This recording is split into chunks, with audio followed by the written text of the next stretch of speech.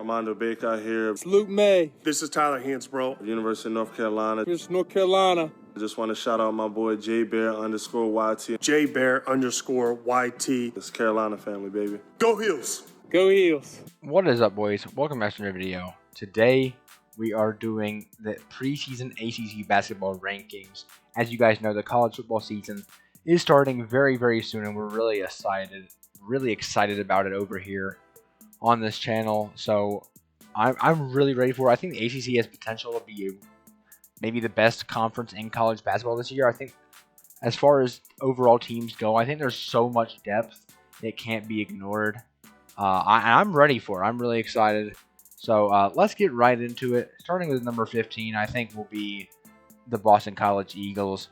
Unfortunately, I just am not very high on Boston College this year. Fairly tough in the quality of teams that he's going to be playing. Also, where'd that go? There it is.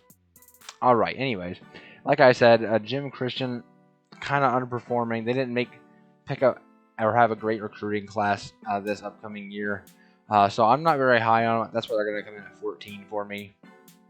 At number 15.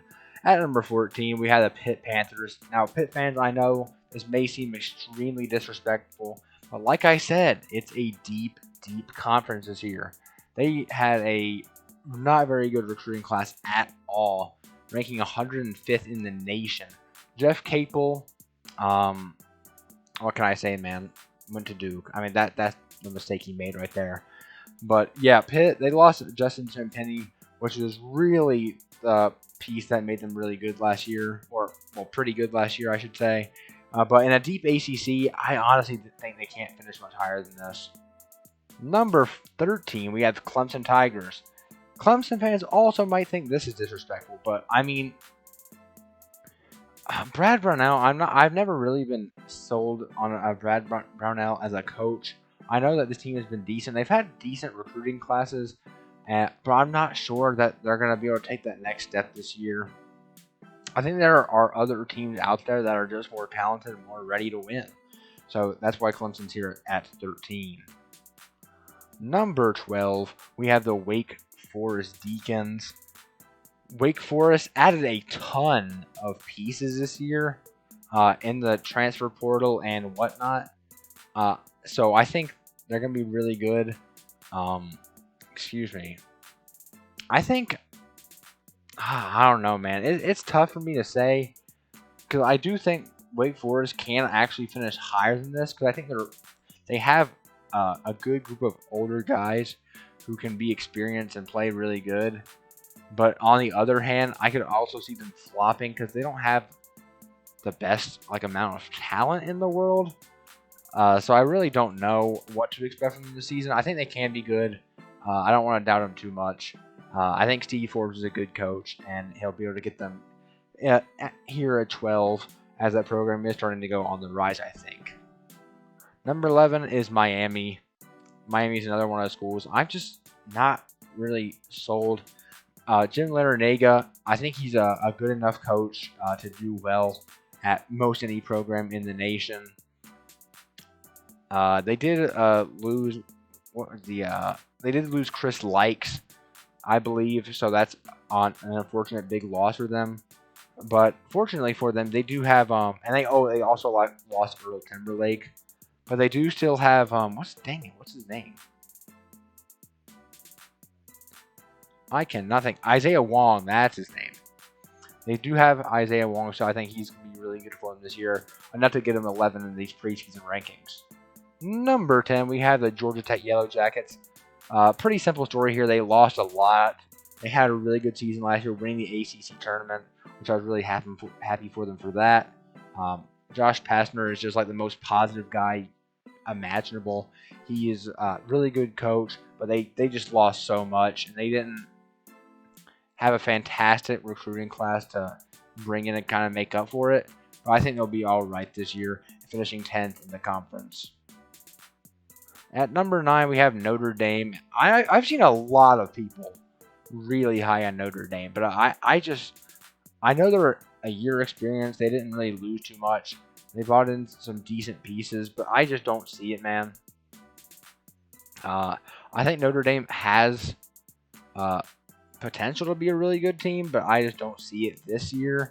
Maybe if they can keep some of those pieces around even another year, they'll be able to make something happen next year. But I think it's too early for me to say after the horrible year they had last year that they can be better. But I do think Prentice Hub and Nate Laszewski are really good players. I think Mike Bray's a decent enough coach to get things done, but I don't think they're going to be very good. Anyways, over here on the next page, we have number 8, the NC State Wolfpack. Not much to say here. I think Kevin Keats is a fairly good coach. Manny Bates, I think, is going to be one of, if not the best centers in all of college basketball. They also have Jericho Helms back. They got a good young piece in Cam Hayes to work with. So I think they'll have a good year in, fifth year of Coach Keats' tenure? 6th? Maybe something like that. Number 7, we have the Syracuse Orange, who went to the Sweet 16, or no, was Elite 8 last year? I don't remember. One of those. But Jim Boeheim and company, Jim Boeheim is just a great coach, so all of his teams are most of the time going to be decent.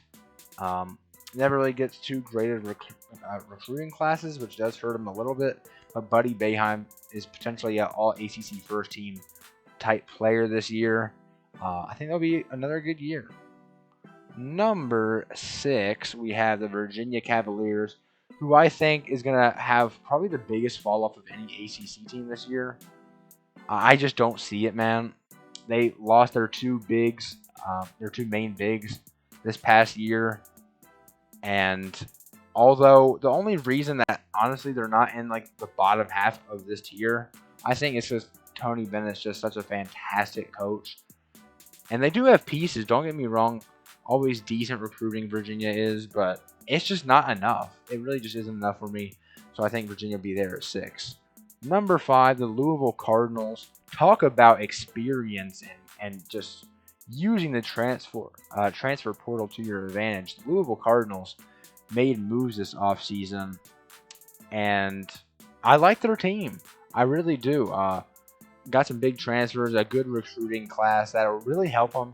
They did lose their main player from last year's team, and Carlik Jones, who had a fantastic year. I mean, but they bought in guys who can hopefully get similar production. I've never really been sold on Chris Mack totally, but if he can have a great year on the bench coaching for him, I think Louisville is definitely going to be a top 5 team in this conference. Number 4, we have the New Bloods, the Florida State Seminoles. They lost Scotty Barnes this past year, but I mean, they still have a fantastic and deep roster. Leonard Hamilton is one of the best coaches in the ACC.